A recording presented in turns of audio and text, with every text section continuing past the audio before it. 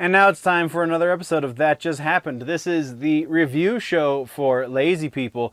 We review it when we get around to it, damn it. This week's episode is Harley Quinn's Invincible Gemstone Heretic. It's a big one.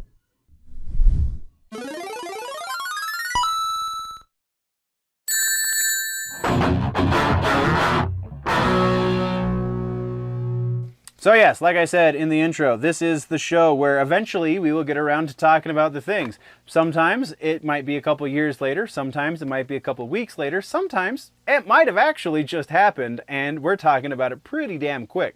This week we have Harley Quinn, we have Heretic, Invincible, and The Righteous Gemstones new season just started, plus a little bit of White Lotus, though that one didn't even make it into the title. So that's how insignificant the White Lotus conversation will be this week. But let's jump into the first one, and that is Heretic. Heretic is streaming now on HBO Max. I just watched it just the other day. So there is a little bit of history here that should be known in that I was raised in the LDS church, so you could call me Mormon for a good chunk of my life. So I'm fairly well versed in how things at the Mormon church work. So that's kind of why we're prefacing this. So the movie is subversive, but like it's A24, so you expect subversion. You expect it to subvert your expectations, and it does that very, very well to a point. There is a point in the movie where the big subversive act happens, and then from there, it's basically exactly as you expect it. It does a pretty good job of altering those expectations throughout the course of the movie up to that point.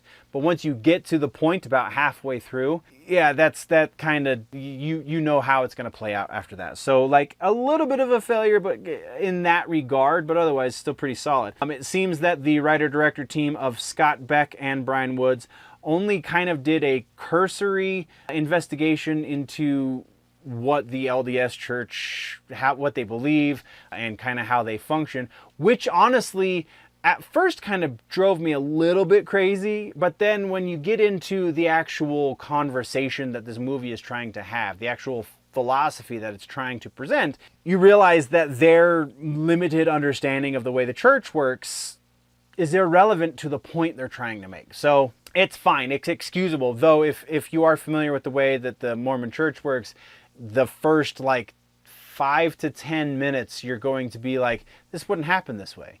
This isn't the way that things are done in the church. So that's kind of part of it. But we talked about the most subversive. Oh yeah. For the most part, again, if you are somebody who is religiously minded, like I was brought up in a church, right? Fairly active in a church. For any one of us who are religiously minded, whether or not you are currently religious is kind of irrelevant if you were brought up religious, or you are investigating religion, or you are, agnostic and trying to figure things out on your own. Like, you are already well aware of a lot of these arguments. If you are actively investigating your faith, your personal faith, you are very much aware of the arguments and the philosophies that this movie is trying to present to you as if they are new, as if they are fresh even, which I think is another little failure of the movie. Again, I think this is still a movie worth watching. I did recommend it in the most recent episode of the Week in Nerddom for the movie section. It is worth a watch, if for only just for one watch.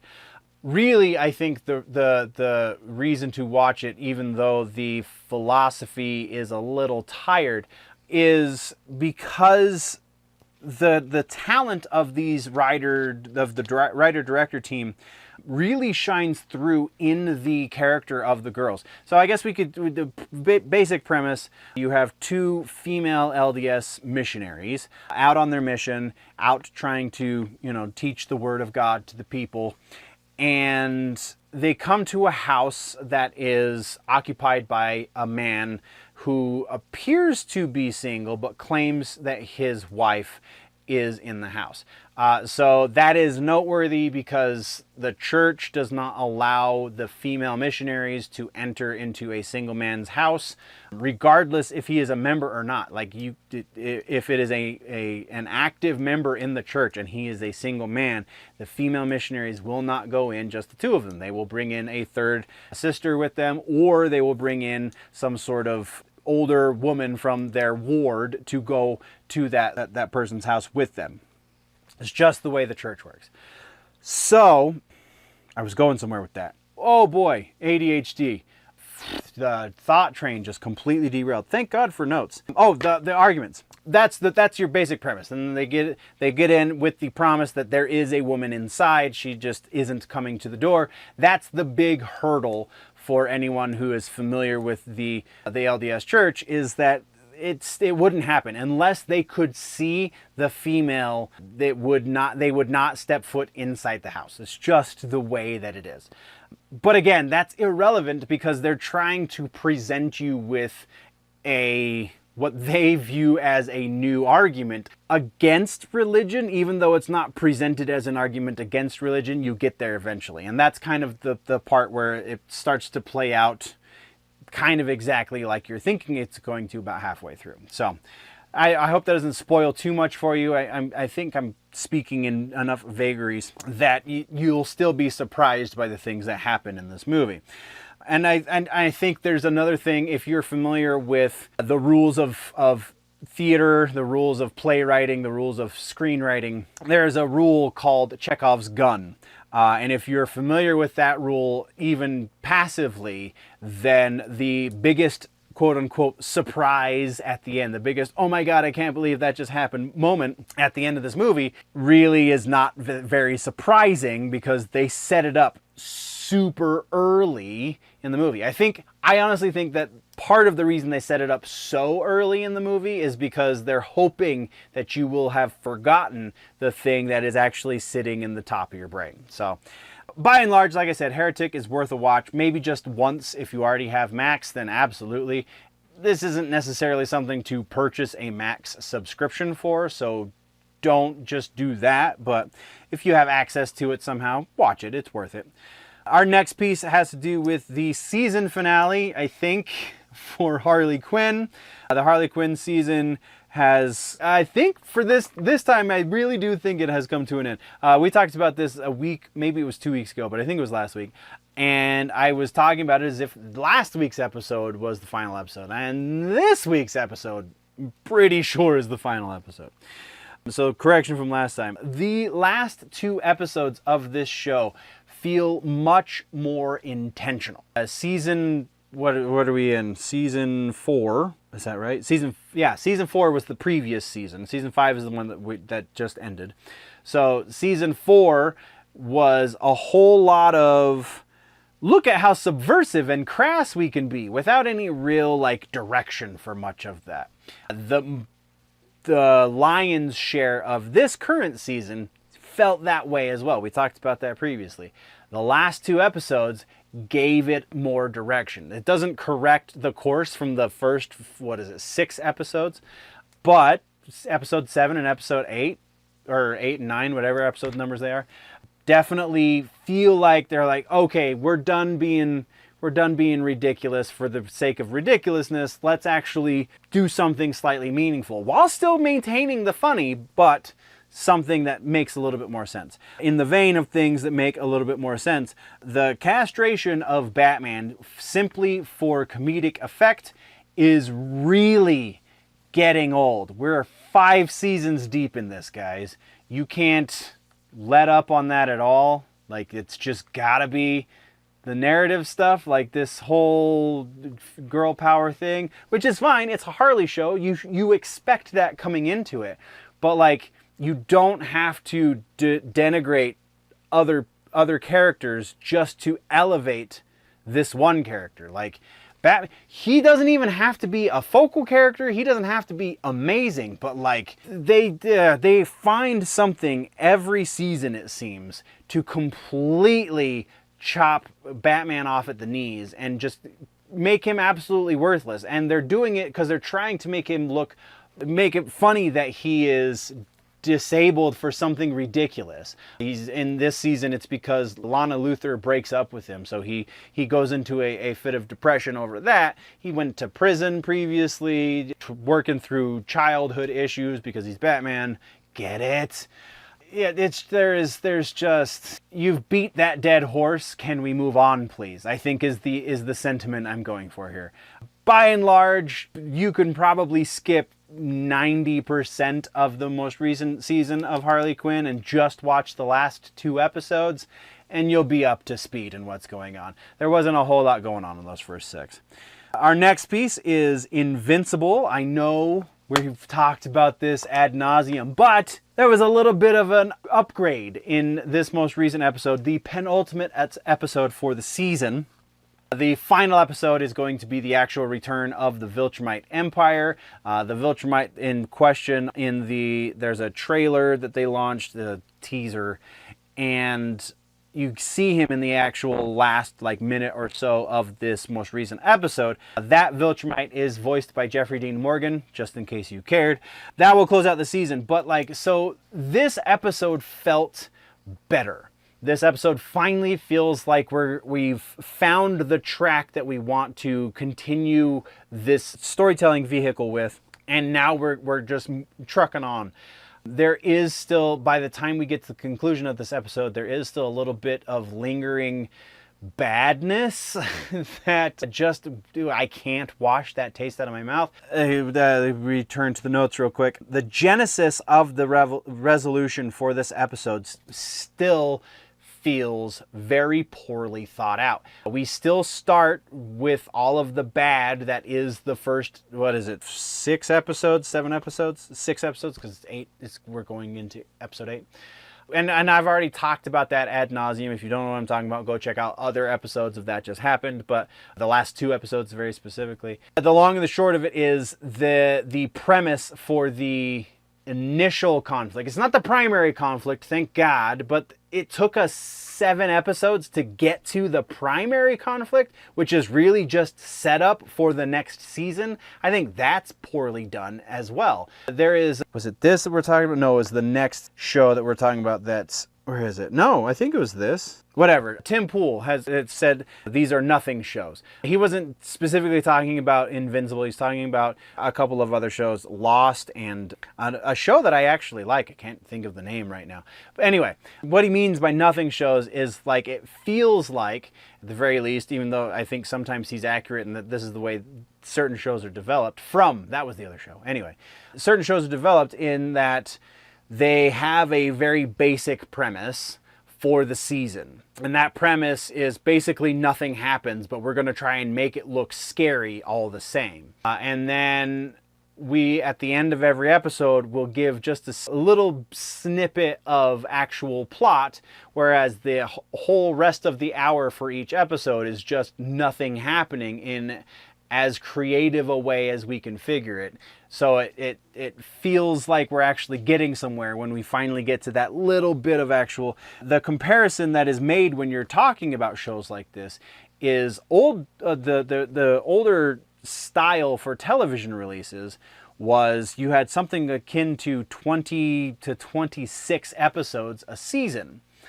And you maybe had one arc that went all the way through, but you also had individual arcs for each episode. The way modern television is being written, it feels like the focus is on the bigger arc that goes throughout the entire season, and the rest of it is just filler. You don't get actual individual arcs for each episode. I think Invincible is better about that. You do have rising action in each episode. You do have some sort of climax in each episode. And a little bit of resolution, even though usually that resolution leads us into a cliffhanger for next week, etc., etc. So the bit out of that I think is actually applicable to Invincible is that we're focusing on, we need to fill 8 episodes of story. We need 8. Are they hour-long? Yeah, hour-long episodes. So 8 hours of story. We only have approximately 30 minutes of story. We need to extrapolate that 30 minutes out into 8 hours. And so you get a lot of nonsense, you get a lot of nothing happening, you get a lot of bad writing, you get a lot of just not good television. This is the first season I have felt that with Invincible. And I felt it in spades, man.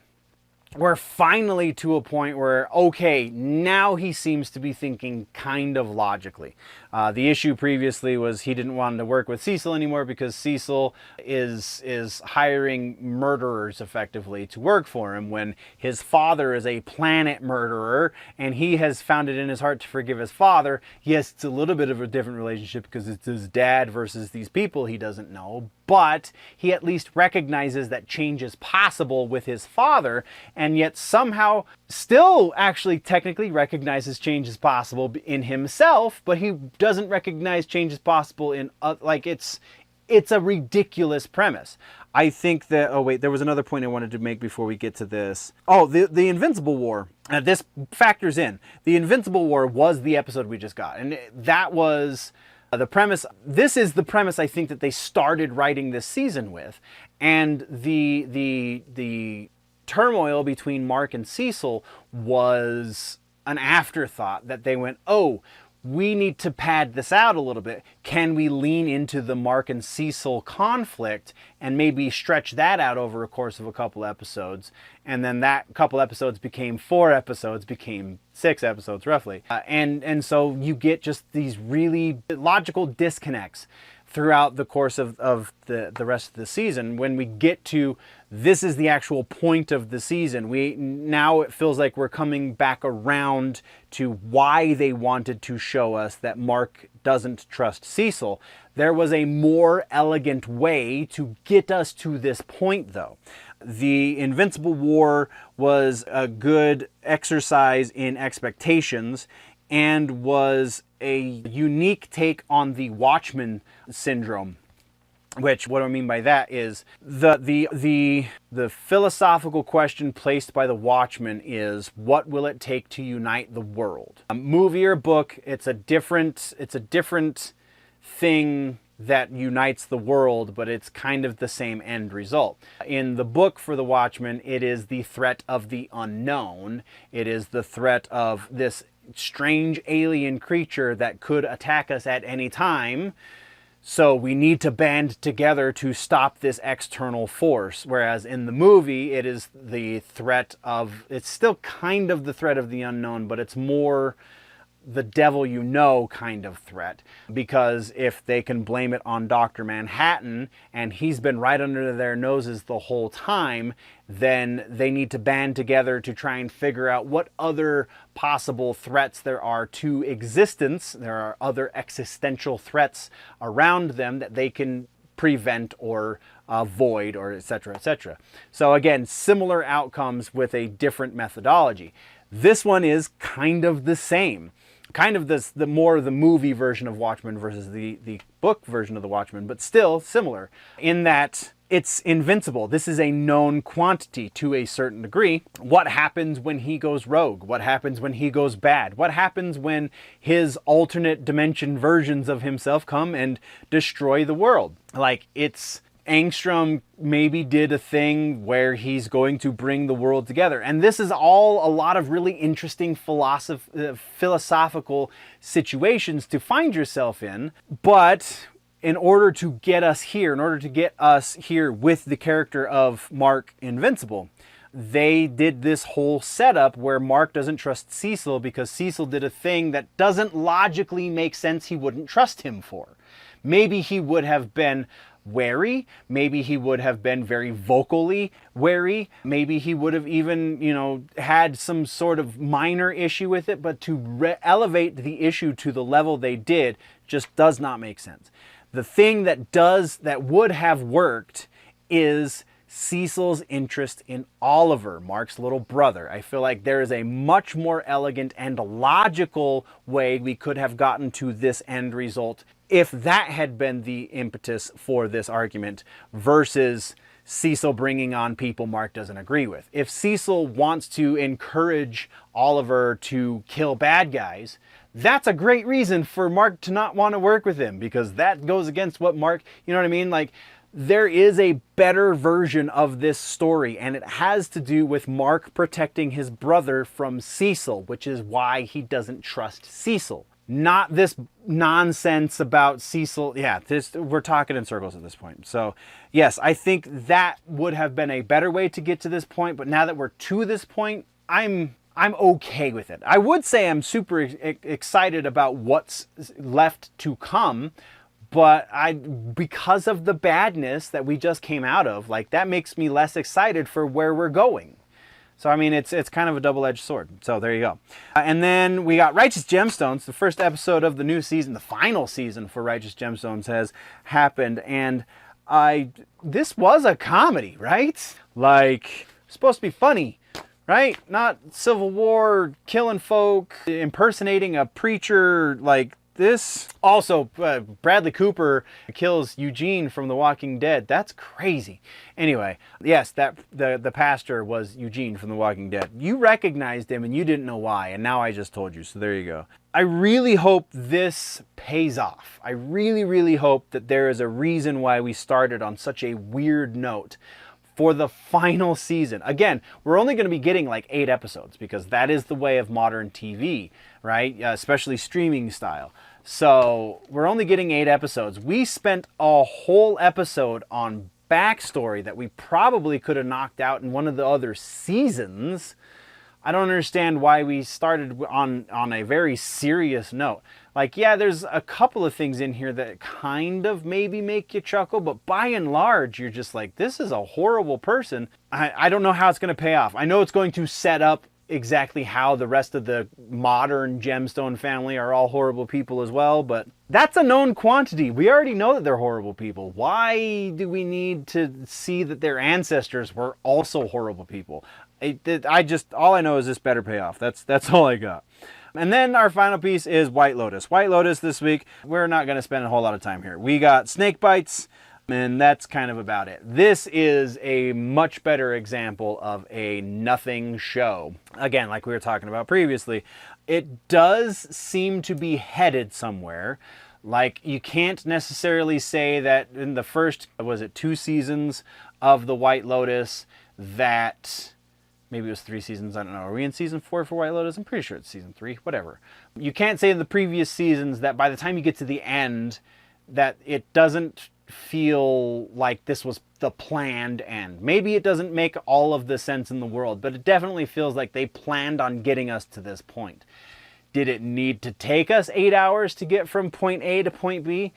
Oftentimes, probably not, but it does feel like that was the intention all along. Whereas the point that Tim Pool was making with the comments about nothing shows is that they're actively not planning ahead of time, and they're only planning an episode at a time. And so they don't know how the mystery is going to resolve. In the case of Lost, the mystery kind of didn't get resolved in a lot of ways. Yes, I know, purgatory, and it's supposed to be so deep, and J.J. Abrams. Not really. It's not really that deep. It's just flying by the seat of their pants. So yeah, White Lotus feels like a nothing show. If it doesn't start to show promise of getting to the point in the next probably episode, I don't know if I'm going to care to finish it, so we might not talk about it anymore beyond that. But that, nerds, is the episode for this week. As far as happening soon, I got no movies on the horizon necessarily. There's very likely something that I'm just not thinking of, so we'll be keeping up on the shows. We will be watching the last episode of Invincible for sure, but also Righteous Gemstones, and at least one more episode of White Lotus. So there's at least a little bit of a conversation to have next week. And also, like I said in the main show this week, we're probably going to start adding music conversation to the That Just Happened show, and going to alter the music conversation in the main news show. It's because I feel like it's not really balanced necessarily. Oop, knocking stuff over. So yeah, I'm going to work on that balance. We're going to talk a little bit more music in the That Just Happened show in the future. So be aware of that. But let me pass this off to you, nerds. What did you interact with this week? What happened for you? Let's talk about it, man. That's what the comment section is for. And then we'll probably continue the conversation next week when you've made some salient points. Or I will start up the shout out show again, because that is on the docket of something that needs to happen eventually. And we'll have the conversation there. Either way, what are you excited to be interacting with in the week upcoming before we have this conversation again? Let me know in the comments. That is what we have for That Just Happened this week, nerds. Thank you very much for joining me. We will see you in the next one. Before we do get out of here, though, always remember that if it's generally nerdy, it's probably here, and that just happened.